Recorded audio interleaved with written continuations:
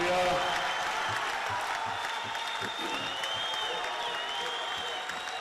شکریہ شکریہ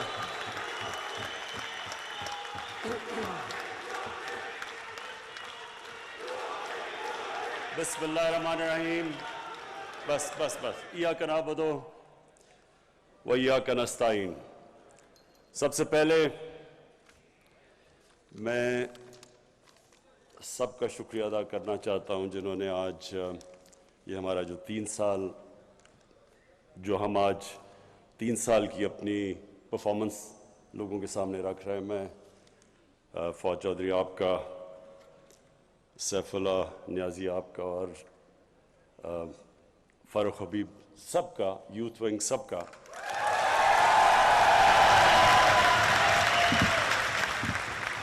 کہ اور ایک منٹ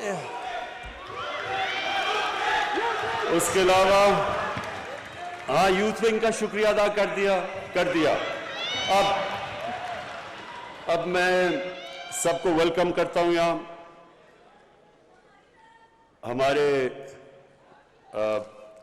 ہمارے منسٹرز، صوبائی اور فیڈرل منسٹرز اور ابھی جو الیکٹ ہوئے ہیں آزاد کشمیر کے پریزیڈنٹ، وہ گلگت بلتستان کی چیف منسٹر، گورنرز، سب کو میں آج یہاں ویلکم کرتا ہوں. اچھا جی، اب میری یہاں ٹیم بیٹھی ہوئی ہے.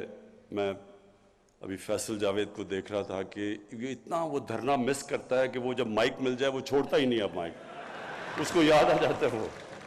اور عمران اسماعیل اور پھر عطا اللہ خیل، عیسیٰ خیل بھی، کہ ہم نے ساری کیمپین کی، جو کیمپین ہماری تھی وہ ساری مجھے یاد ہے عیسیٰ عطا اللہ کے ترانے کے اوپر. اور پھر ابرار، آپ کا بھی جو ٹیلنٹ ہے ماشاءاللہ میں داد دینا چاہتا ہوں، بڑا ورسٹائل ہے آپ کا ٹیلنٹ. اور اب مجھے سمجھ نہیں آ رہی کہ میں اپنے گورنر عمران اسماعیل کو کس طرح اس کو داد دوں، کیونکہ اس میں اب پتہ نہیں پوٹینشل یہ ترانوں کا زیادہ ہے یا اس کی گورنرشپ میں زیادہ ہے، لیکن اس کا شاہ زمان سب کو دینا چاہتا ہوں. اچھا جی، میں یہ 3 سالہ جو ہماری پرفارمنس ہے وہ آپ کے سامنے رکھنے سے پہلے میں ایک چیز، کیونکہ جو یوتھ ہے وہ ہمارا فیوچر ہے، ہماری زیادہ تر آبادی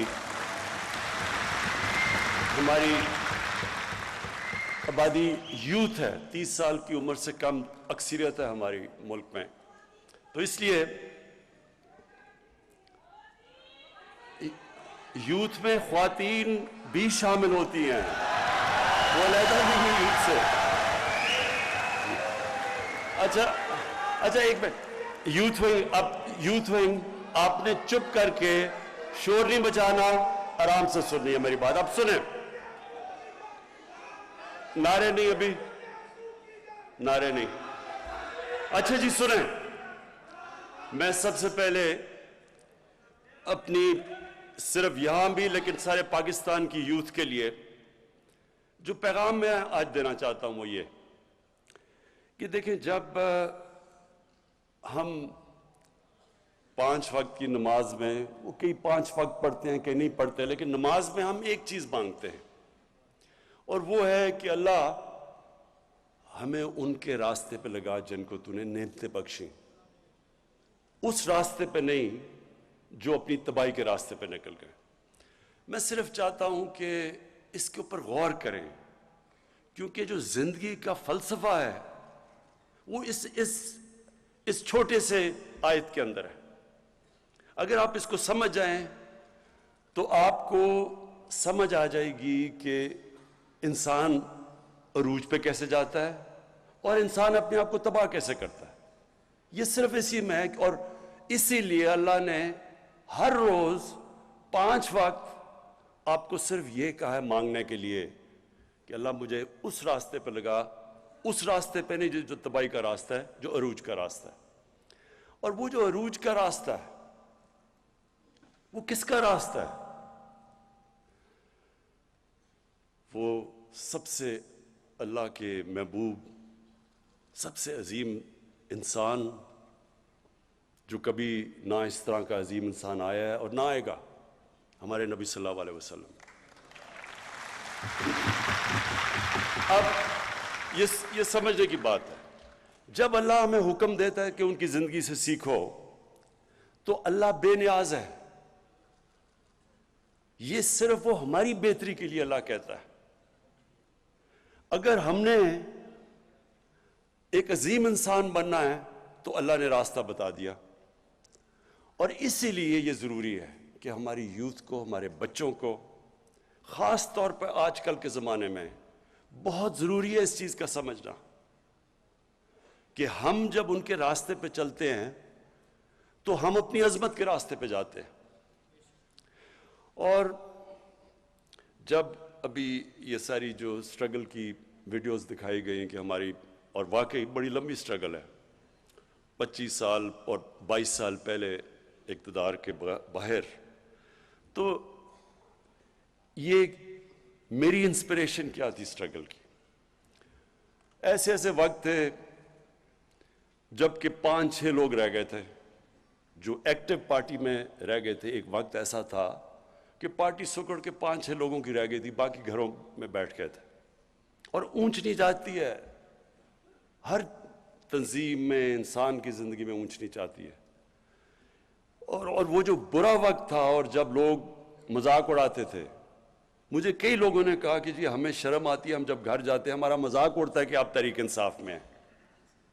کئی میرے اپنے، بلکہ یہاں بھی 1-2 بیٹھے ہوں گے جن کو یاد ہوگا کہ وہ جب گھر جاتے تھے تو ان کی بیوی کیا کہتی تھی جب وہ کہتے تھے میں تحریک انصاف میں ہوں۔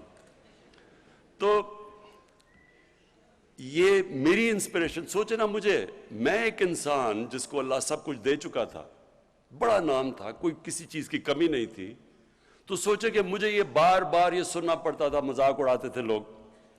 کئی لوگ ویسے ہی کرکٹ کے دنوں میں میرے خلاف ہوئے تھے، کیونکہ وہ جیلسی ہوتی ہے نا، جو کامیاب انسان ہوتا ہے اسے لوگ جیلس ہوتے ہیں، تو وہ ان کو موقع مل گیا کہ اچھا جی اب تو یہ نیچے آیا تو اس کو برا بھلا کہو۔ دیکھیں، میں نے صرف ایک چیز پہ دیکھتا تھا کہ ہمارے نبی صلی اللہ علیہ وسلم، انہوں نے بھی بڑا مشکل وقت گزارا، اللہ کے حبیب تھے، انسان جس کو سب سے زیادہ اللہ پسند کرتے تھے، تو اگر اللہ ان کو 13 سال ان کی زندگی اگر آپ سٹڈی کریں تو کتنے مشکل وقت سے وہ گزرے تھے۔ کوئی ضرورت نہیں تھی ان کو، کامیاب تھے، وہ خوش تھے، کامیاب بزنس مین تھے، تاجر تھے، کوئی ان کو ضرورت نہیں تھی، سارے عزت کرتے تھے، صادق اور امین تھے، فیصلے کرانے کے لیے سارے ان کے پاس جاتے تھے۔ تو ایک دم جب وہ رائے حق پہ آئے تو لوگوں نے مذاق اڑایا ان کا، کیا کیا نہیں کیا ان سے، اور وہ کتنی تکلیف سے گزرے۔ تو میں ہمیشہ ان کی زندگی سے سیکھتا تھا، کیونکہ ہمیں قرآن میں حکم تھا، اور یہ آپ سب کے لیے، اور میں خاص طور پہ اپنے یوتھ کے لیے کہنا چاہتا ہوں۔ دیکھیں، یہ جو 2 راستے ہیں کہ ان کے راستے پہ لگا جن کو نعمتیں بخشیں، تو کیا وہ نعمتوں کا راستہ آسان راستہ ہے؟ اگر آسان ہوتا تو سب سے زیادہ نعمتیں تو انہوں نے نبی صلی اللہ علیہ وسلم کو بخشی تھی، تو ان کا تو بڑا مشکل راستہ تھا۔ کہنے کا مقصد یہ ہے کہ جو ایک قرآن کی ایک آیت ہے کہ جس کو تم اپنے لیے اچھا سمجھتے ہو وہ برا ہے، وہ کئی دفعہ تمہارے لیے برا ہے، اور جس کو تم برا سمجھتے ہو وہ اچھا ہے۔ مطلب یہ کہ کبھی بھی برے وقت سے ڈرنا نہیں چاہیے۔ جب میں پہلی دفعہ جب پرائم منسٹر بنا تو میں نے پہلی بات کی کہ یہ مشکل وقت ہے، لیکن گھبرانا نہیں ہے، کیونکہ مشکل وقت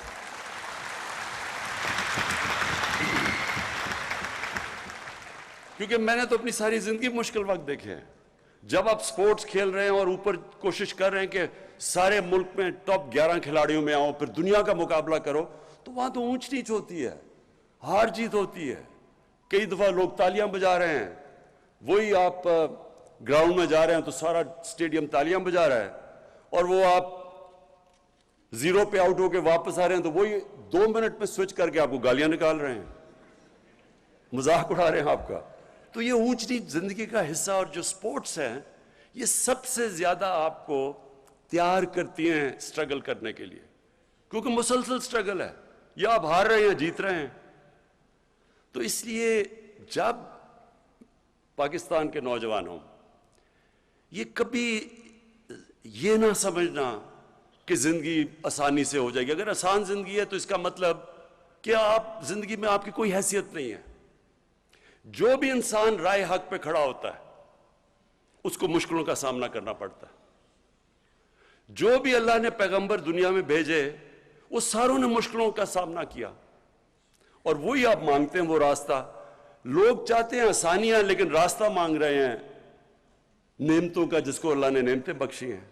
تو پہلے میں صرف آپ کو یہ تیاری کرنا چاہتا ہوں کہ دیکھیں، یہ کبھی نہ سمجھیں کہ جب مشکل وقت آتا تو رونا دھونا شروع کر دیں، اور مشکل وقت آیا کیوں؟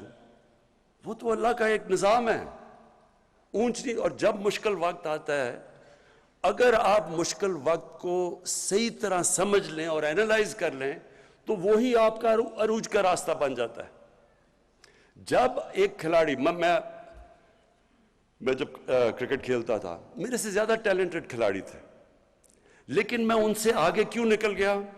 کیونکہ جب میرا مشکل وقت آتا تھا، میں فیل ہوتا تھا، تو میں اس کا پورا تجزیہ کرتا تھا، رات کو سوتا نہیں تھا جب تک میں نے یہ نہ سمجھ لیا ہو اپنی ذہن میں کہ کیا میں نے غلطیاں کی۔ غلطیاں جب میں ٹھیک کرتا تھا تو میں پہلے سے بہتر ہو جاتا تھا، اور یہی ہے ایک ہی طریقہ اوپر جانے کا۔ کوئی بھی دنیا میں کسی نے آج تک بڑا کام نہیں کیا جو فیل نہیں ہوا۔ یہ کوئی ناممکن ہے کہ کوئی اٹھ کے ایک دم سیدھا ایک پرچی پکڑ کے اور لیڈر بن جائے، ایسے نہیں ہو سکتا۔ آپ کو جب تک ایک مشکل سٹرگل سے آپ نہیں گزرتے، کسی چیز میں آپ بڑا کام نہیں کر سکتے۔ کوئی بھی لیڈر آج تک شارٹ کٹ لے کے نہیں بنا۔ قائد اعظم کی سٹرگل دیکھیں، میں تو ایک لیڈر مانتا ہوں پاکستان کا، قائد اعظم، اور ان کی کبھی سٹرگل دیکھیں کتنی تھی، جس طرح انہوں نے سٹرگل کیا ہے، اور آخر میں جو بیماری کے اندر انہوں نے سٹرگل کیا ہے، اس لیے آج، اور اپنی ذات کے لیے نہیں کیا، ایک بڑے مقصد کے لیے کیا، تو آج تک اور جب تک پاکستان رہے گا لوگ قائد اعظم کو دعائیں دیں گے۔ تو اس لیے کوئی بھی آج دنیا میں لیڈر اٹھا دیں، وہ ایک سٹرگل کر کے اوپر آتا ہے، اور سٹرگل ہوتی ایسے ہے کہ جب آپ نیچے آتے ہیں آپ ہاتھ نہیں کھڑے کر دیتے، آپ دیکھتے ہیں کہ میں کیا غلطیاں کر رہا ہوں، پھر ان کے اوپر محنت کرتے ہیں، وہ غلطیاں دور کرتے ہیں، اور پھر پہلے سے زیادہ آپ اوپر چلے جاتے ہیں۔ تو اس لیے یہ جو 3 سال تھے ہمارے، بڑے مشکل سال گزرے ہیں۔ مشکل سال اس لیے گزرے کہ پہلے تو ملک کو بینکرپٹ کر کے چلے گئے۔ ملک میں جو ہمارے پاس پیسہ تھا، جو ہمارے ریزروز تھے، جو ہماری لائبلٹیز تھی، جو ہم نے باہر لوگوں کو قرضے لیے ہوئے تھے، پیسے دینے تھے، ہمارے پاس پیسے ہی نہیں تھے ان کو قسطیں واپس کرنے کی۔ ہم نے ڈیفالٹ کرنا نہیں تھا، ہم ڈیفالٹ کر رہے تھے پیمنٹس کے اوپر، کیونکہ ہمارے پاس فورن ایکسچینج ہی نہیں تھا۔ ہماری جتنا ہم نے باہر پیسے دینے تھے، ہمارے پاس اتنے ریزروز ہی نہیں تھے۔ تو تب ہم نے حکومت سنبھالی تھی۔ پاکستان کی تاریخ کا جو سب سے بڑا جس کو خسارہ کہتے ہیں، ڈیفیسٹ کرنٹ اکاؤنٹ کا، کہ ہمارے ملک میں کبھی اتنا بڑا، تقریباً 20 ارب ڈالر کا ڈیفیسٹ تھا، اتنا بڑا، یعنی کبھی اتنا بڑا ڈیفیسٹ نہیں آیا۔ اس کی وجہ سے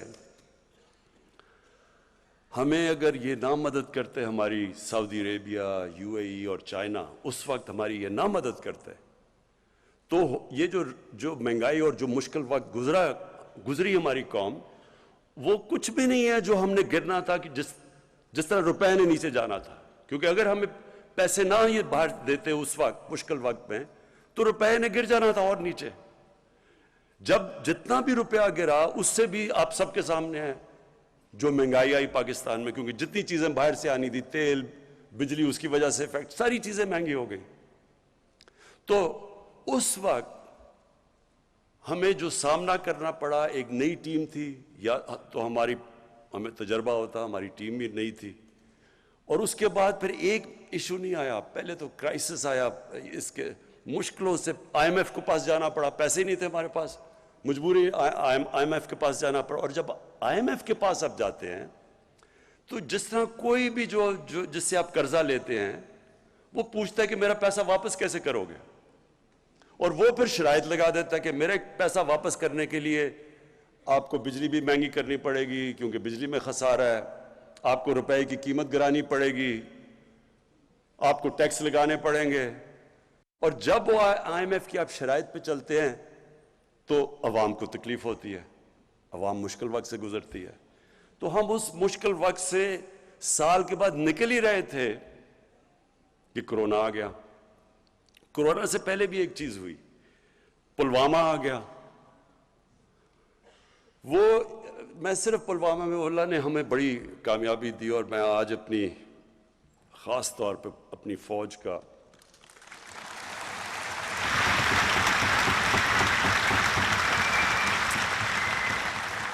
خاص طور پہ ان کا اس لیے شکریہ ان کا ادا کرتا ہوں, اللہ کا شکر کرتا ہوں کہ ہمارے پاس ایسی فوج اور ایئر فورس ہے. کیونکہ جب وہ فیصلہ کرنا تھا, اور بڑا ایک جب انہوں نے ہماری پاکستان میں آ کے رات کو وہ بمباری کی ان کے جہاز نے, تو اس وقت مجھے احساس ہوا کہ اگر ہمارے پاس اس طرح کی فوج نہ ہو جو ہمیں کانفیڈنس ہو کہ یہ ہمیں سیکیورٹی دے گی, تو کتنا ایک طاقتور, ایک بڑا ملک, 7 گنا زیادہ بڑا ملک, اس کے سامنے کیا کرے گا, ہماری عوام کیا کرے گی. تو ادھر احساس ہوتا ہے اپنی فوج کا. اور پھر مجھے یہ ان 3 سالوں میں جو سب سے زیادہ تکلیف ہوئی کہ جس طرح یہ جو مافیا ہے, انہوں نے ہماری فوج کے خلاف جو تقریریں کی, جو سٹیٹمنٹس تھیں. دیکھیں, میں نے بھی فوج کی تنقید کی ہوئی ہے ماضی کے اندر, میں نے بھی کی ہے. کوئی بھی ادارہ ہے, عدلیہ ہے, وہ بھی غلطیاں کرتی ہے, فوج بھی غلطیاں کرتی ہے, ہم پولیٹیشنز غلطیاں کرتے ہیں. لیکن یہ تو نہیں مقصد کہ آپ اپنی فوج کو برا بھلا کہنا شروع ہو جائیں اور فوج کے پیچھے پڑ جائیں. اور فوج کے پیچھے اس لیے پڑے ہیں کہ آپ چاہ رہے ہیں کہ کسی طرح فوج گورنمنٹ کو گرا دیں, یا اپنے آپ کو ڈیموکریٹس کہتے ہیں اور ان کے پیچھے پڑے ہوئے ہیں کہ ایک ڈیموکریٹک گورنمنٹ کو گرا دیں. تو اس لیے جو انہوں نے تنقید کی, اور باہر جو پوری ہمیں پتہ ہے کہ ہندوستان کی لابی پوری طرح کوشش میں ہے کہ پاکستانی فوج کو برا بھلا کہے, اس کے پیچھے پڑے. ابھی جو افغانستان میں ہو رہا ہے, پورا زور لگایا ہوا ہے کہ جی یہ طالبان صرف جیتے ہیں پاکستان کی فوج کی وجہ سے, اور پوری کیمپین چلی ہوئی ہے ہماری فوج کو ڈسکریڈٹ, اور اب سے نہیں دیر سے چل رہی ہے. اور یہاں بیٹھے ہوئے لوگ پورا انہوں نے محاذ بنایا ہوا ہے فوج کے خلاف. اور میں یہ آپ کو کہتا ہوں کہ مجھے میں نے ویلیو کیا اپنی فوج کو جب وہ پلوامہ ہوا, کہ ہمیں ایک کانفیڈنس تھا, اس لیے ہم دلیری سے ان کو کہہ سکتے تھے, نریندر مودی کو, کہ اگر تم نے کچھ کیا تو ہم تمہیں واپس جواب دیں گے. اگر ہماری فوج اگر نہ ہوتا یہ, تو خود سوچ لے کہ میں نے پتہ نہیں کیا مشکل وقت گزرنا تھا. اچھا, اس کے بعد کرونا ہو گیا. اب کرونا کے اندر آپ لوگوں کو پوری طرح اندازہ نہیں ہے کہ وہ کتنا ہمارے لیے مشکل وقت تھا. ایک منٹ بس, اب آپ نے مجھے انٹرپٹ نہیں کرنا, اوکے؟ ساتھ والوں نے پکڑ کے اس کو باہر نکال دینا اگر کیا. اچھا سنیں ذرا,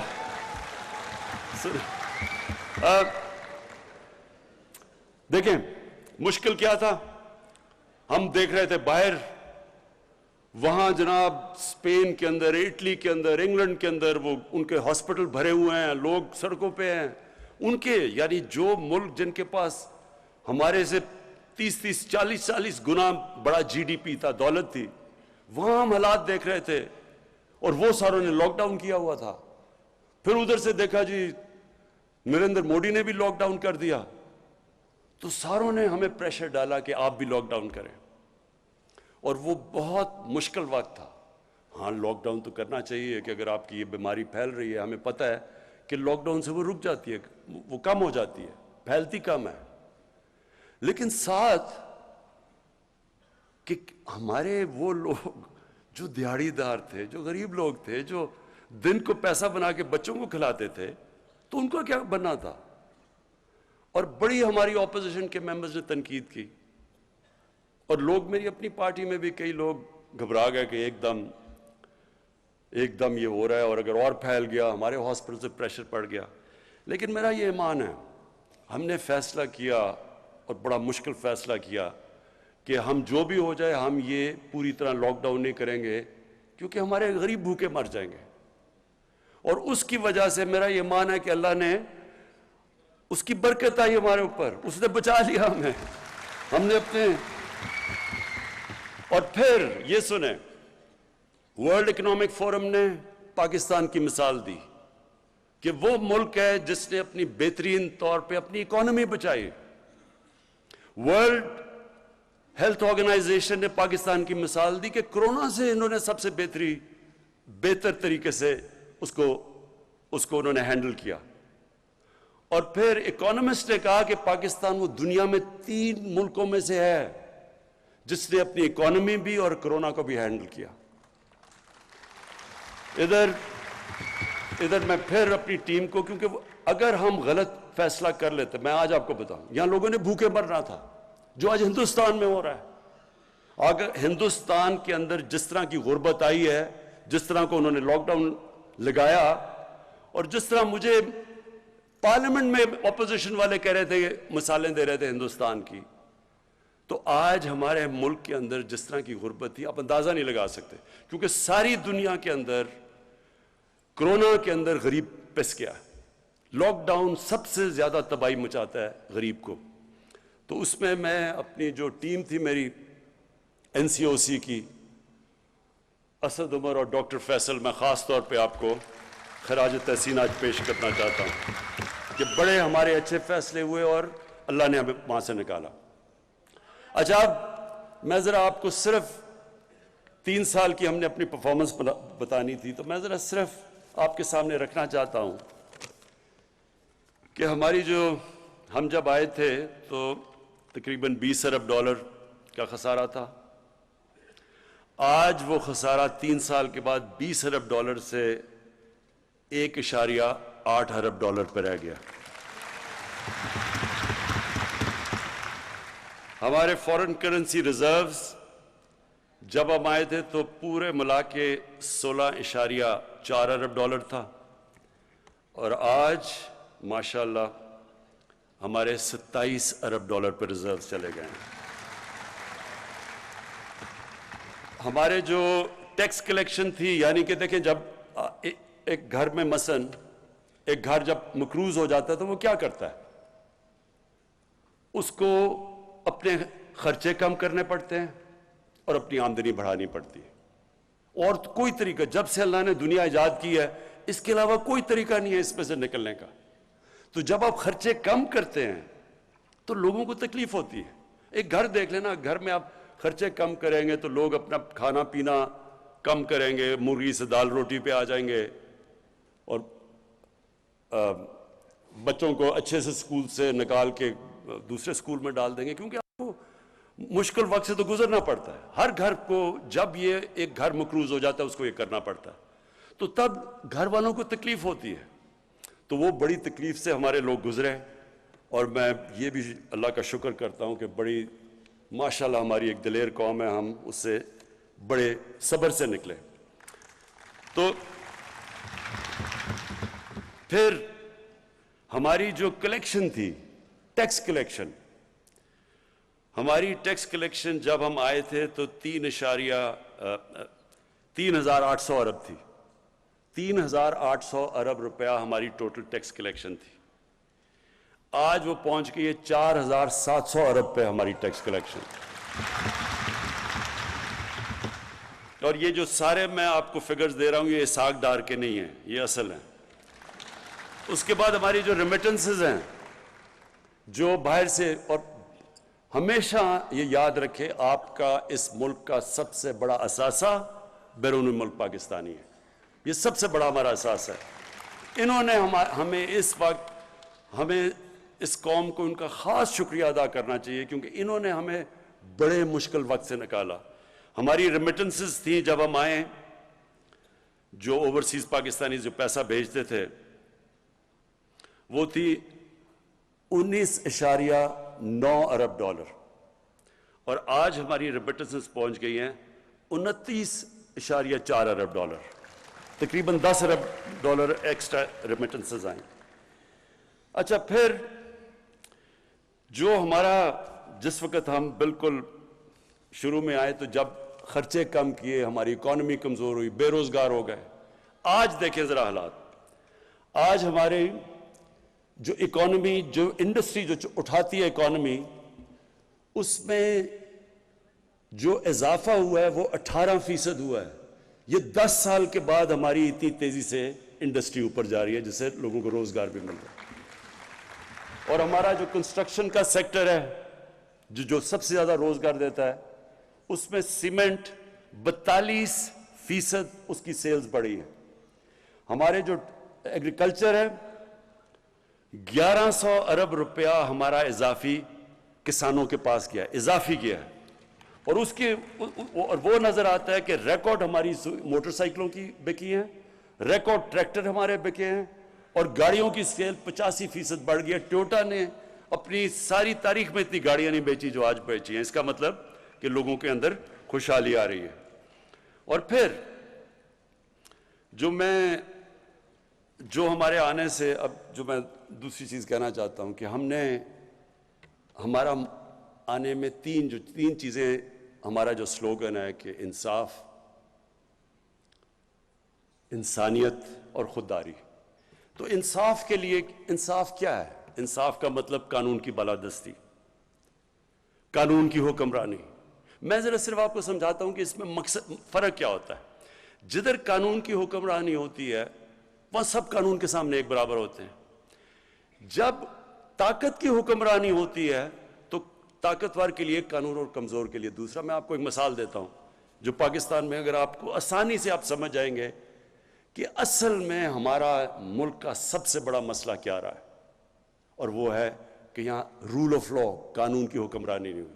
آصف زرداری 88 سے لے کے 90 تک پیپلز پارٹی کی حکومت پاور میں تھی، 90 کو ان کی گورنمنٹ جاتی ہے اور نون لیگ آ جاتی ہے۔ Asif Zardari prime minister house سے سیدھا جیل میں چلے جاتے ہیں کرپشن پہ۔ 93 کے اندر نون لیگ کی حکومت چلی جاتی ہے، پیپلز پارٹی واپس آ جاتی ہے۔ آصف زرداری سیدھی جیل سے اٹھ کے پرائم منسٹر ہاؤس۔ پھر 96 میں پھر پیپلز پارٹی حکومت جاتی ہے، وہ پھر پرائم منسٹر ہاؤس سے سیدھا جیل۔ اس کا مطلب کیا کہ جب وہ طاقت میں ہیں تو پاکستان کا قانون ان کو نہیں پکڑ سکتا، وہ صرف جب اپوزیشن میں جاتے تھے تو قانون پکڑتا تھا۔ تو دیکھیں، یہ صرف میں آپ کو اس لیے مثال دے رہا ہوں، کوئی بھی ملک، یہ ذہن میں ڈال لیں، کوئی ملک ترقی نہیں کر سکتا جدھر رول آف لا نہیں ہوتا۔ اور اسی لیے مدینہ کی ریاست میں جب ان کے پاس خوشحالی نہیں تھی، تب شروع میں بڑا مشکل وقت تھا۔ شروع کے اندر تو پہلے 4-5 سال تو مشکل سے امت بچی تھی، جنگ خندق میں، جنگ احد میں مشکل سے بچے تھے، کھانا نہیں تھا، برے حالات تھے، لیکن قانون کی بالادستی قائم کی، قانون سے اوپر کوئی نہیں تھا۔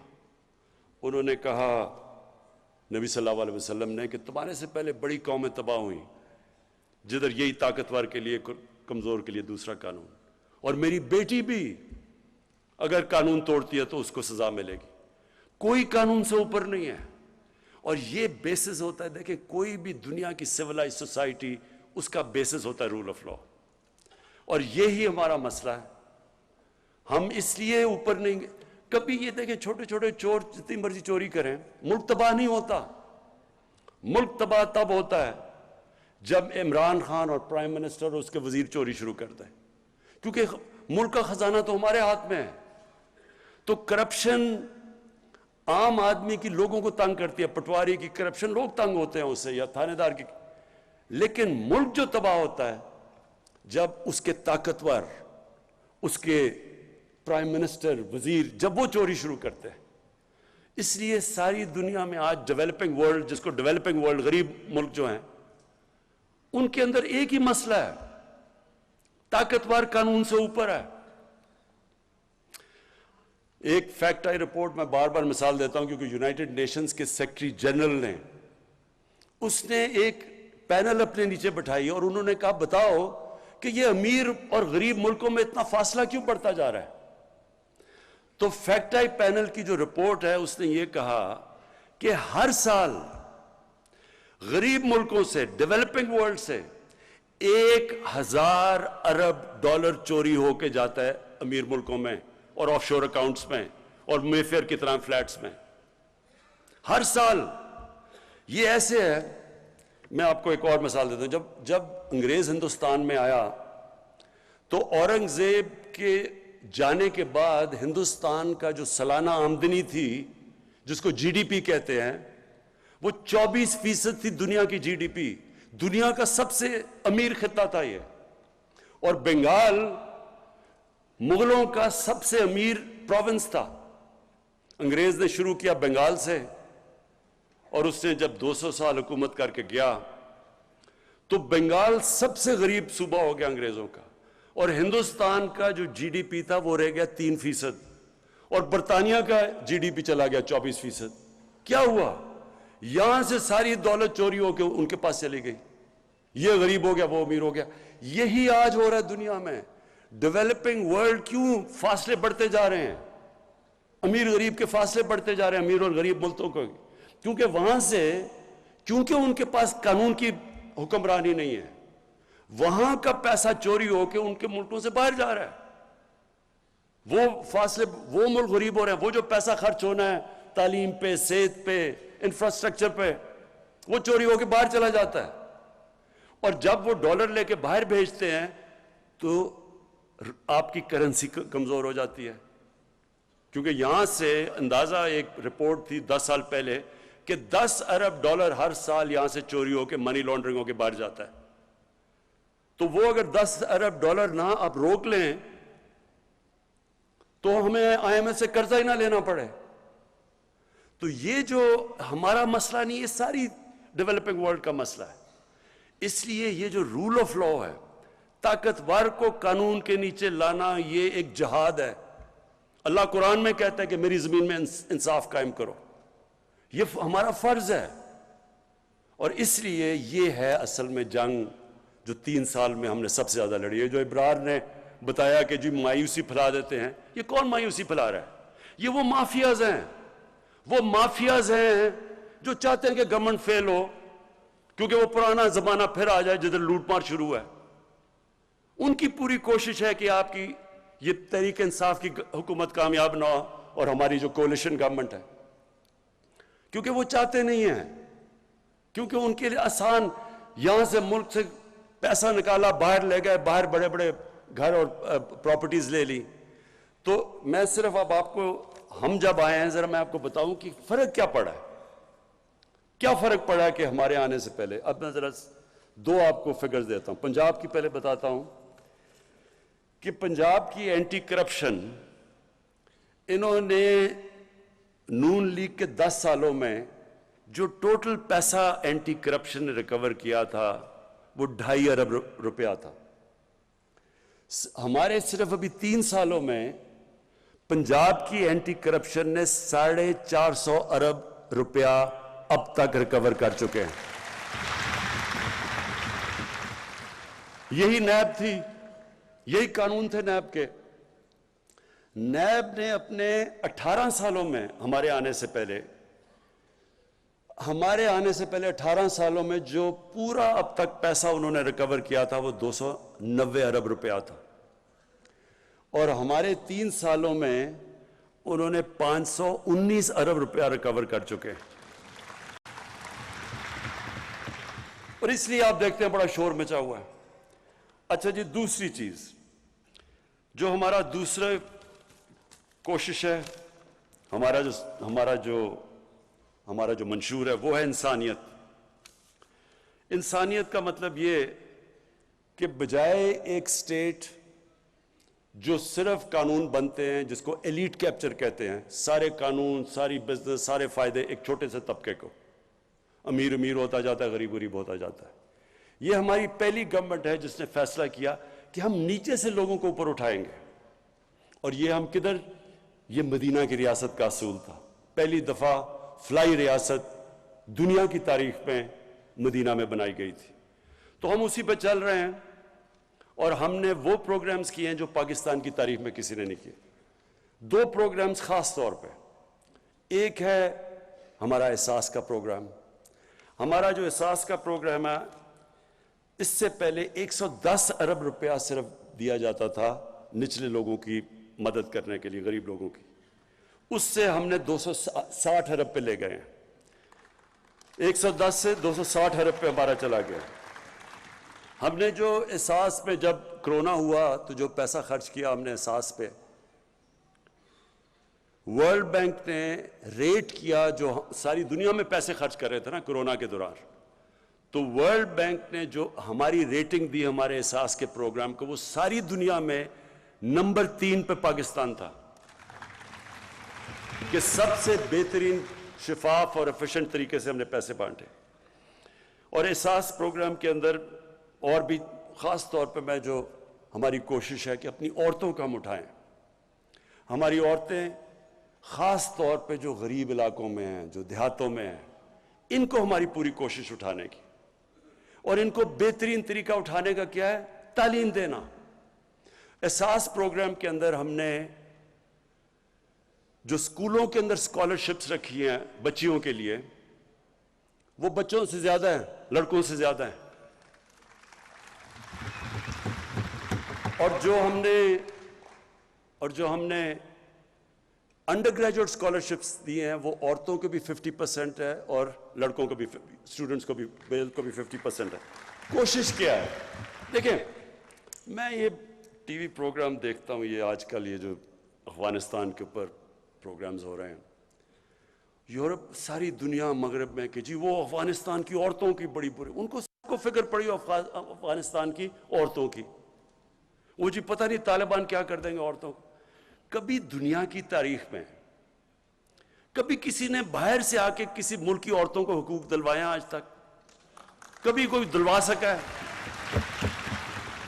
مجھے ایک دنیا میں ایک تاریخ کا طالب علم ہوں، مجھے کوئی دنیا میں یہ بتا دیں کہ جی باہر سے کسی نے ملک میں آ کے تو کسی اور ملک کی عورتوں کو حقوق دلوا دیے. عورتیں خود حقوق دلواتی ہیں. ہماری عورتوں میں طاقت ہے اپنے آپ کو، اپنے حقوق لینے کے لیے. ہم نے صرف ان کو تعلیم دینی ہے، ہم نے امپاور کرنا تعلیم دے کے. عورتیں خود اپنے حقوق، جو انگلینڈ میں یا حقوق یا جو ویسٹ میں دلوائے تھے، وہ کیا کسی نے فتح کر کے دلوائے تھے ان کو حقوق؟ ان کی اپنی موومنٹ تھی، عورتوں کی موومنٹ تھی، سفریجیٹس تھی. انہوں نے بڑی محنت کر کے اپنے حقوق لیے ہیں. تو ہماری عورتوں کے پاس، ہم نے صرف ان کو تعلیم دینی ہے، اور اس کے اوپر ہماری گورنمنٹ کا سب سے زیادہ زور ہے. اس کے علاوہ بھی ہم نے ان کی کئی چیزیں جو غریب علاقوں میں عورتیں ان کے لیے مشکل ہے. مثلا ہم نے ایک سکسیشن سرٹیفکیٹس نکالے ہیں.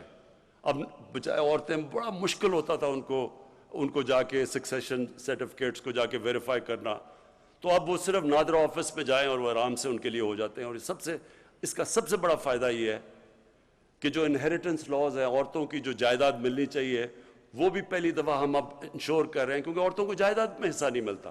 وہ بھی انشاءاللہ ہم پوری طرح اس پہ زور لگا رہے ہیں. اچھا جی، اب جو سب سے بڑا ہمارا اس کے ساتھ ساتھ احساس کے ساتھ پروگرام چلنے والا ہے، وہ کامیاب پاکستان ہے. اس کی ہم پوری ڈیٹیلز کام کر رہے ہیں. بہت بڑا پروگرام ہے. اس میں جو ہماری 40 لاکھ نچلے غریب خاندان ہیں، ان کے لیے ہم 4 چیزیں کرنے لگے ہیں. سب سے پہلے ان کو قرضے، سود کے بغیر ان کو قرضے دیں گے. ہر غریب خاندان میں، یہ 40 لاکھ غریب خاندان ہیں سب سے نیچے، ہر غریب خاندان کو ان میں سے ایک فرد کو سود کے بغیر قرضہ. اس کے بعد ایک فرد کو ٹیکنیکل ایجوکیشن، تاکہ وہ ہنر سیکھ سکیں. ہیلتھ کارڈ، ہیلتھ انشورنس، یعنی کہ ایک غریب گھر میں، وہ تو ہم پنجاب میں پختونخوا میں تو وہ کر چکے ہیں، پنجاب میں انشاءاللہ سال کے اینڈ تک سب کو ہیلتھ کارڈ مل جائے گا، ہیلتھ انشورنس. اور اس کے علاوہ ہاں لیکن میں عرض کر دوں، یہ صوبے خود کر رہے ہیں، یہ ہم سینٹر سے نہیں کر رہے. انشاءاللہ جب یہ ساری صوبوں میں ہو جائے گا تو سندھ کو بھی پریشر پڑ جائے گا، سندھ کے اوپر بھی، کہ ان کو بھی دینے پڑیں گے ہیلتھ کارڈ. اور پھر جو ہمارا بہت بڑا پروگرام ہے، جو ہم نے افورڈیبل ہاؤسز، لوگوں کو گھر دینے ہیں، غریب طبقوں کو جو آج تک کبھی پیسے ان کے پاس نہیں ہوتے گھر بنانے کے لیے، تو ایک غریب خاندان کو ہم پورا سود ان کو ہم وہ قرضے دیں گے، یعنی جس طرح کہ اگر انہوں نے مہینے کا کرایہ دینا ہے، وہ کرایہ کی جگہ وہ قسط ہو جائے گی اور ان کا گھر اپنا ہو جائے گا. کسانوں کے لیے کسان کارڈ، یہ پہلی دفعہ ابھی پنجاب میں شروع ہے، یہ ہماری ساری انشاءاللہ جدھر بھی آزاد کشمیر میں بھی، گلگت بلتستان اور پختونخوا میں بھی، اس کا مقصد یہ ہوگا کسان کارڈ کا کہ بجائے کسان کے اوپر واؤچرز ہوتے تھے اور بڑے مشکل ہوتے تھے، ان کو پیسہ بھی نہیں نیچے پہنچتا تھا، اب ان کو کارڈ ملے گا. اس کارڈ کے اوپر جو بھی سبسڈی ہے، کھاد کے اوپر ہے، ٹیوب ویل کے اوپر ہے، کیڑے مارنے والی دوائیوں پہ ہے، اور اگر کوئی فصل ان کی خراب ہو جائے تو ڈائریکٹ کارڈ کے اوپر اب ہم سبسڈی دیں گے. یہ انشاءاللہ سال کے اینڈ تک پورا کسان کارڈ ساری جگہ چلا جائے گا. اور کسانوں کے لیے اس کے علاوہ 10 ڈیمز بن رہی ہیں پاکستان میں. انشاءاللہ اگلے 10 سال تک ہماری 10 ڈیمز پوری ہو جائیں گی. 2025 میں مومن ڈیم سب سے پہلے بن جائے گی، اس کے بعد پھر داسو. اور اس کا یہ ہوگا پہلی دفعہ پاکستان میں 50 سال میں کوشش کی ہے کہ پاکستان کے ریزروائرز بڑھے تاکہ کسانوں کو پانی زیادہ ملے، کیونکہ آگے پانی کا بڑا مسئلہ آ رہا ہے. اور پھر تعلیم میں سب سے پہلے تو ایک کریکولم، ایک نصاب، یہ بڑا مشکل کام تھا. میں اپنی ٹیم کو، دونوں جو ہمارے پروونشل اور فیڈرل ایجوکیشن منسٹرز ہیں، ان کو خاص طور پہ میں داد دیتا ہوں. بڑا مشکل کام ہے ایک نصاب، کیونکہ انگریزوں کا بنایا ہوا سسٹم تھا. ایلیٹ کے لیے انگلش میڈیم، لوگوں کے لیے اردو میڈیم، 7 دینی مدرسے، 3 سسٹمز تھے. یہ بڑی مشکلوں سے ہم ایک نصاب لے کے آئے ہیں. اور اس کا مقصد کیا ہے؟ اس کا مقصد یہ ہے کہ عام لوگوں کو، جن کو موقع ہی نہیں ملتا اوپر آنے کو کیونکہ ان کو انگریزی نہیں آتی، تو ان کو انگریزی بھی سکھائی جائے، اور دوسری طرف جو انگلش میڈیم ہے وہ بالکل ایک علیحدہ ہی قوم نہ بن جائے، وہ ان کے اندر بھی پاکستانیت ڈالیں. اور ساتھ ساتھ جو سب سے بڑی چیز انشاءاللہ اگلے 5 مہینے میں ہو جائے گا، 8، 9 اور 10 میں کلاسز میں ہم ایک سیرت نبی کا پورا ایک کورس شروع کر رہے ہیں.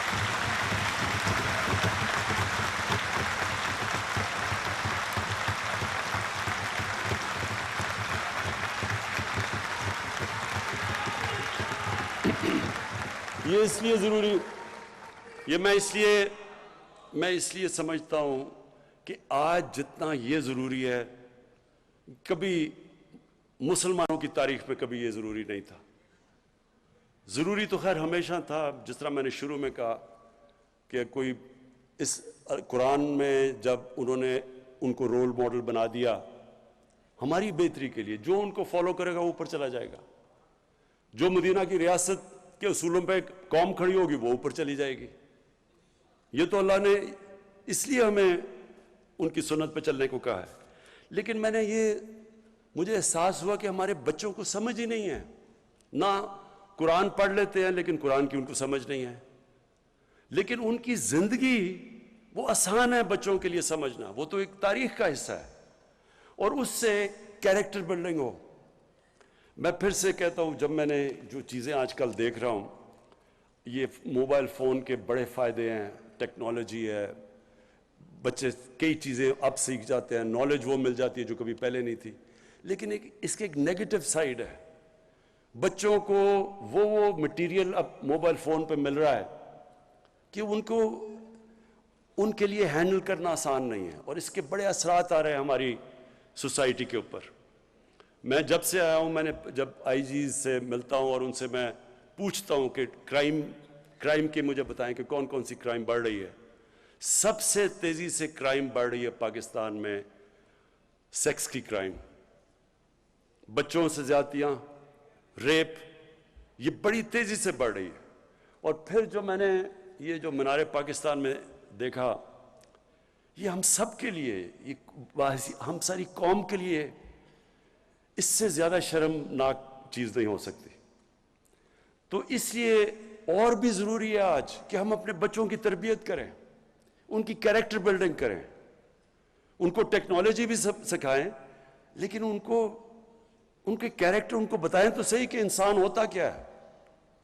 انسان صرف روبوٹ نہیں ہے جو صرف ٹیکنالوجی پہ چلتا ہے، انسان میں انسانیت تب آتی ہے جب اس کو پتہ تو چلے کہ میں اچھے برے کی تمیز کیا ہے، میں دنیا میں کس لیے آیا ہوں، میرا حساب لیا جائے گا۔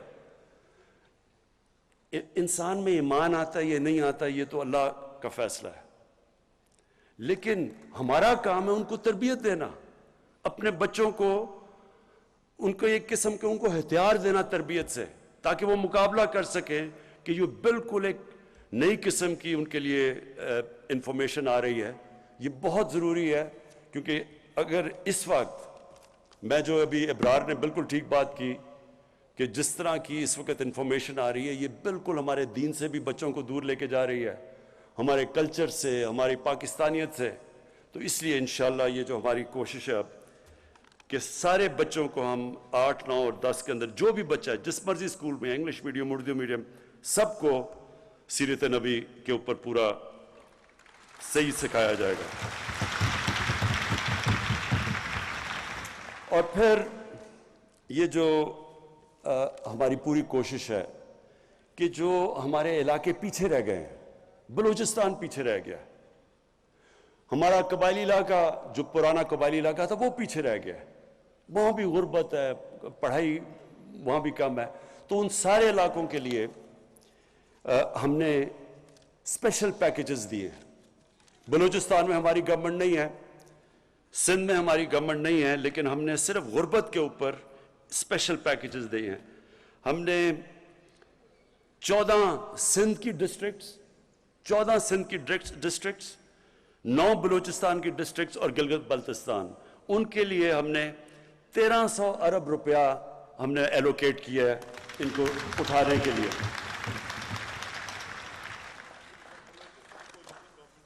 ہاں اچھا، بلوچستان میں ہماری کولیشن گورنمنٹ ہے۔ اچھا، اب میں آخری چیز پہ آ رہا ہوں، اور یہ بڑا ضروری ہے آپ سب کے لیے کہ دیکھیں، میں پاکستان کی پہلی چپ کر کے سنیں پاکستان کی پہلی جنریشن ہوں۔ میرے ماں باپ ایک غلام ہندوستان میں پیدا ہوئے تھے، میں ایک پہلی جنریشن ہوں جو ہم ایک آزاد ملک میں پیدا ہوئے تھے۔ اور جب ہم بڑے ہو رہے تھے تو مجھے اپنے ماں باپ کی ہمیشہ یہ بات یاد رہی کہ تم کتنے خوش قسمت ہو کہ تم ایک آزاد ملک میں پیدا ہوئے۔ ہمیشہ ماں باپ نے مجھے یہ بتایا، اور مجھے بدقسمتی سے ہمارا جو راستہ ملک کا، ایک ہمارا بہت عظیم قائد اعظم ہمارے لیڈر تھے، میں ہمیشہ کہتا ہوں کہ غلام ہندوستان میں ایک آزاد ذہن تھا قائد اعظم، لیکن جو ہمارا جو ملک کا جو راستہ تھا ایک خوددار قوم بننے کا، بدقسمتی سے ایسی ملک میں لیڈرشپ آئی جنہوں نے دوسروں کے سامنے ہاتھ بھی پھیلا دیے، کبھی یہی نہیں سوچا کہ ہماری اپنی طاقت کیا ہے، کبھی کوشش نہیں کی اپنے پیر پہ کھڑے ہونے کی۔ جب بھی ایک آدمی، ایک انسان اللہ نے ہمیں بنایا ایسا ہے کہ جب ہم اپنے کوئی وثاقیاں پکڑ لیتے ہیں یا کسی کے اوپر ڈیپینڈ کرتے ہیں تو ہم اپنی طاقت نہیں پہچانتے۔ مولانا رومی نے ایک دفعہ کہا کہ جب تمہیں اللہ نے پر دیے ہیں، چونٹیوں کی طرح زمین پہ کیوں رینگ رہے ہو؟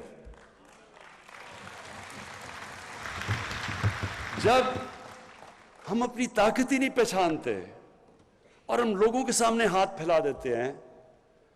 ہم اپنی عزت اور وقار کھو بیٹھتے ہیں. کبھی کوئی انسان کسی دوسرے انسان کی عزت نہیں کرتا جو دوسرے انسان کے سامنے ہاتھ پھیلاتا ہے. اور میں یہ 3 سالوں کے اندر جو سب سے مشکل مجھے چیز لگی وہ یہ کہ ہمارے ملک کے معاشی حالات اتنے برے تھے کہ مجھے دوسرے ملکوں کے سامنے ان کے پاس جا کے مانگنا پڑا, قرضے مانگنے پڑے. اور میں آپ کو یقین دلاتا ہوں یہ سب سے مشکل چیز ہے, کیونکہ جو مرضی آپ کر لیں, جی میرا دوست ہے, آپ دوست تو چھوڑیں, آپ اپنے ماں باپ سے بھی تیسری دفعہ پیسے مانگنے جائیں تو دیکھیں ماں باپ بھی تھوڑے بدل جاتے ہیں آپ کی طرف, آپ کے بھائی بہن بدل جاتے ہیں. یہ اللہ کے سامنے ہاتھ پھیلاؤ, اللہ خوش ہوتا ہے آپ سے. انسانوں کے سامنے ہاتھ پھیلاؤ, وہ آپ نیچے گر جاتے ہیں اس کے سامنے. اس لیے ہم نے یہ بڑا غلط راستہ یہ جو چنا, اس کی وجہ سے ہم نے کبھی کوشش ہی نہیں کی اپنا پوٹینشل کہ کتنا عظیم, کتنا بڑا تحفہ دیا اللہ نے. ہر قسم کی چیز ہے پاکستان میں. میں آپ کو یہ بتا دوں, جس شعبے میں ہم ایگریکلچر پہ, اپنی زراعت پہ زور ڈالیں گے, اس پہ پاکستان اٹھ سکتا ہے. اس کے اوپر بھی کبھی توجہ نہیں دی. اس ملک میں جتنے منرلز دیے ہیں, جو معدنیات ہیں, اس کے اوپر بھی کبھی توجہ نہیں دی, کیونکہ صرف باہر ہاتھ پھیلائے ہوا کہ ایڈ آتی رہے یا ہم امپورٹ کرتے رہیں. سوچا ہی نہیں کہ اس ملک میں کیا کیا ہے اللہ. جو ٹورزم ہے, میں آپ کو صرف بتاؤں کیونکہ میں دنیا میں پھرا ہوں, ٹورزم میں صرف پاکستان اتنا پیسہ بنا سکتا ہے کہ اپنے قرضے اتار سکتا ہے, صرف ٹورزم پہ. کبھی کسی نے توجہ ہی نہیں دی کیونکہ چھٹیاں ان کی لندن میں تھی. کسی کو کیا پتا کہ یہاں پاکستان میں کیا پوٹینشل ہے. انڈسٹری کے اندر پاکستان کی انڈسٹری اٹھ رہی تھی, نیشنلائز کر کے ہم نے اپنی انڈسٹری ساری تباہ کر دی 70s میں. ہمارے بینکرز دنیا کے اندر, BCCI دنیا کے اندر 14-15 نمبر پہ بینک پہنچ گیا تھا. یہیں سے لوگ اٹھے ہوئے تھے, لیکن آہستہ آہستہ آہستہ آہستہ یہاں پہنچ گئے کہ آپ سوچیں کہ 22 کروڑ کا ملک ہے اور ہماری ایکسپورٹس دیکھ لیں. پچھلے 5 سال میں, جو ان کے پچھلے والے نون لیگ کے 5 سال تھے, ایکسپورٹس بڑھی نہیں. جو 5 سال پہلے تھی ان کے, وہ اینڈ تک اتنی ایکسپورٹس تھی. جب ملک ایکسپورٹ ہی نہیں کرے گا, اس کے پاس آمدنی کدھر سے آئے گی؟ کیسے ملک آگے بڑھ سکتا ہے؟ اور اس ملک میں کوشش ہی نہیں کی گئی انڈسٹریلائز کرنے کی. ڈی انڈسٹریل, ابھی جو آپ نے پیچھے دیکھا ہوگا کہ فیصل آباد میں لوگوں نے اپنی ٹیکسٹائل ملز کو چینج کر کے ہاؤسنگ سوسائٹی بنانی شروع کر دی. ہماری ٹیکسٹائل انڈسٹری جو مین تھی وہ نیچے چلی گئی. تو اس وقت جو ہمارا ملک جس راستے پہ ہے, انشاءاللہ پہلی دفعہ ایکسپورٹس ہماری بڑھ رہی ہیں. ہمارا ریمیٹنسز, جو ہمارا اوورسیز پاکستانی, یہ یاد رکھیں سب سے بڑا اثاثہ بیٹھا ہوا ہے. ابھی تو ہم نے ان کو پوری طرح ملک میں ماحول ہی نہیں پیدا کیا کہ وہ یہاں کے انویسٹمنٹ کریں, لیکن وہ ماحول پیدا ہو رہا ہے. ایز آف ڈوئنگ بزنس میں 28 پلیس پاکستان اوپر چلا گیا ہے, یعنی آسانیاں پیدا کر رہے ہیں ہم باہر انویسٹرز کے لیے. تو انشاءاللہ, اور بزنس کانفیڈنس, ابھی صرف جو اوورسیز پاکستانی چیمبر نے جو سروے کیا ہے, پاکستان میں تقریباً 100%, 108% ایک سال کے اندر بزنس کانفیڈنس اوپر گیا ہے, کہ یعنی کہ پاکستان کے حالات بزنس کے لیے بہتر ہو گئے. تو میں آپ بات کرنا چاہتا ہوں, دیکھیں اس ملک کو ہم نے اپنے پیر پہ کھڑا کرنا ہے. ہم نے جو فیصلہ کیا, جب ہم نے کہا کہ ہم کوئی اپنے ملک کو استعمال آگے سے نہیں ہونے دیں گے. پہلے ہم نے امریکہ کے ساتھ شامل ہوئے, ہم ان کے فرنٹ لائن سٹیٹ بنے, افغانستان میں جہاد لڑی, پیسے انہوں نے دیے, جہادی ہم نے ٹرین کیے. جیسی روسی وہاں سے سوویت یونین چھوڑ کے گئی افغانستان, وہ بھی چلے گئے امریکی, اور ہمارے اوپر سینکشنز لگا دی. اس کے بعد 9/11 آیا, ان کو پھر ہماری ضرورت پڑ گئی.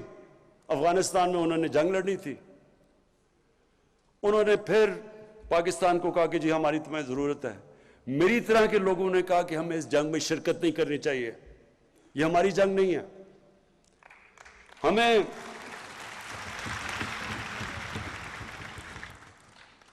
تو جارج بش نے یہ نومبر 2001 میں اس نے کہا جب اسے ضرورت تھی ہماری کہ اس باری ہم پاکستان کو نہیں بھولیں گے, ہم ابینڈن نہیں کریں گے اس باری پاکستان کو. لو جی امریکہ کی جنگ میں شامل ہو گئے, کہا جی ہماری جنگ ہے, پیسے ان سے لے رہے ہیں, جنگ ہماری ہے, ہم ان کی مدد کر رہے ہیں اور وہی بمباری کر رہے ہیں ہمارے پہ. 480 ڈرون اٹیکس کیے ہیں پاکستان کے اوپر.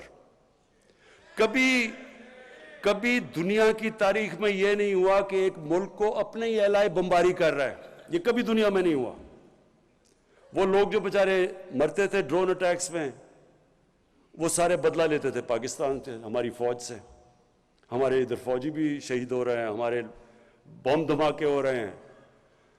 70 سے 80 ہزار لوگوں کی ہم قربانی دے گی کسی اور کی جنگ لڑ کے, اور اس کے بعد وہی ہمیں کہنا شروع ہو گیا کہ نہیں جی آپ کی وجہ سے ہم افغانستان میں کامیاب نہیں ہوئے. تو اس سے ہمیں کیا سبق ملتا ہے؟ کبھی ہم نے اپنے آپ کو کسی سے استعمال ہونے نہیں دینا.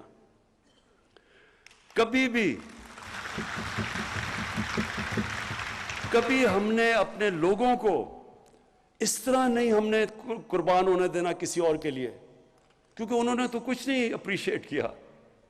لوگ ہمارے مرے, تباہی ہماری ہوئی, ڈالر ہمارا, اکانومی ہماری تباہ ہوئی, قبائلی علاقے کے جو آدھے لوگوں نے نقل مکانی کی, قبائلی علاقے اجڑ گئے. کیا ملا اس سے؟ اور وہ اس لیے کہ ہمیں غلط عادتیں پڑی ہوئی ہیں. ہمیں جی ایڈ مل جائے گی, چلو جی مدد کر دو کسی کی. تو اس لیے یہ جو خودداری ہے, دیکھیں ایک انسان, ایک قوم کھڑی تب ہوتی ہے, رسپیکٹ ہی دنیا میں تب ہوتی ہے جب وہ خوددار ہو. تو ہماری فورن پالیسی اب ایسی ہے کہ ہم نے کوئی کسی کے ساتھ, ہم نے امن میں شرکت کریں گے, کسی کی جنگ میں ہم نے شرکت نہیں کرنی.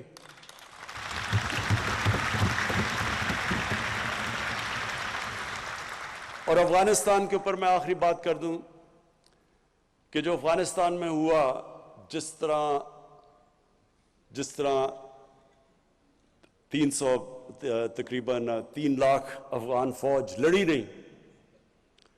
کئی لوگ کہتے ہیں جی دیکھیں بڑے بزدل ہیں وہ لڑے نہیں. یہ ذہن میں ڈال لیں کہ افغان قوم دلیر قوم ہے, نہ ڈر قوم ہے, لڑنے والی قوم ہے. اگر وہ نہ ہوتی تو 10 لاکھ افغانیوں نے شہادت دی تھی روسیوں کے خلاف. کوئی قوم اس طرح نہیں لڑی جس طرح انہوں نے اپنی آزادی کے لیے لڑا ہے. تو سوچنے والی بات یہ ہے کہ کیوں یہ قوم نہیں لڑی, کیوں ان کی فوج نہیں لڑی.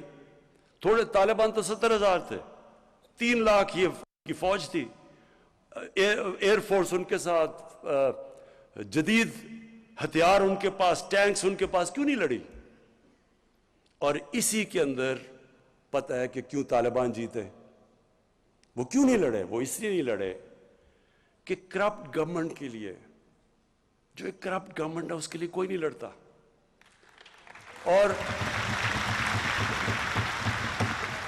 اور دوسری چیز, افغانیوں کی ایک سائیکی ہے, وہ ہمیشہ جو باہر سے آتا ہے, جو ان کے اوپر فتح کرنے کی کوشش کرتا ہے, وہ قوم ان کے اگینسٹ کھڑی ہو جاتی ہے. وہ اپنی آزادی کے لیے لڑتے ہیں. تو وہ کبھی بھی کسی ایک گورنمنٹ جو باہر سے امریکی اس کو بیک کر رہے ہیں, انہوں نے اس کے لیے نہیں لڑنا تھا. جس طرح سوویت یونین, انہوں نے جب پوری کوشش کی افغانستان پہ قبضہ کرنے کے لیے, وہ فیل ہو گئے اس لیے کہ وہ لوگ آزادی چاہتے ہیں. اور اب جو حالات ہیں افغانستان میں, ہماری پوری کوشش ہونی چاہیے, اور میں دنیا کی کمیونٹی کو کہتا ہوں پوری کوشش ہونی چاہیے کہ افغانستان کی اس وقت ان کی گورنمنٹ کی مدد کریں. جو طالبان ہیں انہوں نے کیا چیزیں کہی ہیں؟ انہوں نے کہا کہ ہم سب کو شامل کریں گے. یہ بڑی زبردست چیز ہے. یہی تو چاہ رہے تھے دعا کے اندر جو ٹاکس تھی, اس میں کیا چاہ رہے تھے طالبان سے کہ انکلوسیو گورنمنٹ ہو. وہ مان گئے ہیں. ہیومن رائٹس ہے, وہ کہتے ہیں ہاں ہیومن رائٹس. ایمنسٹی, انہوں نے سب کو معاف کر دیا ہے. اور انہوں نے کہا کہ ہم اپنی زمین استعمال نہیں ہونے دیں گے دہشت گردی کے لیے. یہی دنیا چاہتی تھی. تو جب انہوں نے یہ کہہ دیا ہے تو یہ کیا مطلب کہ نہیں جی وہ آگے پتہ نہیں اپنی زبان پہ کھڑے ہوں گے یا نہیں ہوں گے؟ بھئی جب نہیں ہوں گے تب دیکھیں، ابھی کیوں شروع ہو گئے ہیں؟ ابھی تو آپ کریں ان کی مدد تاکہ وہ افغانستان میں امن ہو۔ سب سے زیادہ دنیا کو کیا کرنا چاہیے؟ پوری کوشش کرنی چاہیے کہ افغانستان میں امن ہو۔ 40 سال سے وہاں انتشار ہے، ان کے لوگوں نے کتنی مشکلوں کا سامنا کیا ہے۔ اب وقت آ گیا کہ دنیا مدد کرے امن لانے کے لیے وہاں، اور وہ کوشش کرے۔ اگر طالبان کوشش کر رہے ہیں سب کو شامل کر کے وہ امن کی بات کر رہے ہیں تو ان کی مدد کریں۔ میں اپنی ٹیم کو اس کا شکریہ ادا کرتا ہوں، اپنے سارے ایلائز جتنے ہمارے ساتھ، جنہوں نے ہمارے ساتھ 3 سال گزارے ہیں، کیو لیگ کا، ہماری بیپ پارٹی کا، اپنی ایم کیو ایم کا، میں آپ کا سب کا شکریہ ادا کرتا ہوں، جی ڈی اے کا سب کا، اپنے سارے ایلائز کا شکریہ ادا کرتا ہوں جس طرح آپ نے ہمارے ساتھ کرا ہے۔ شکریہ۔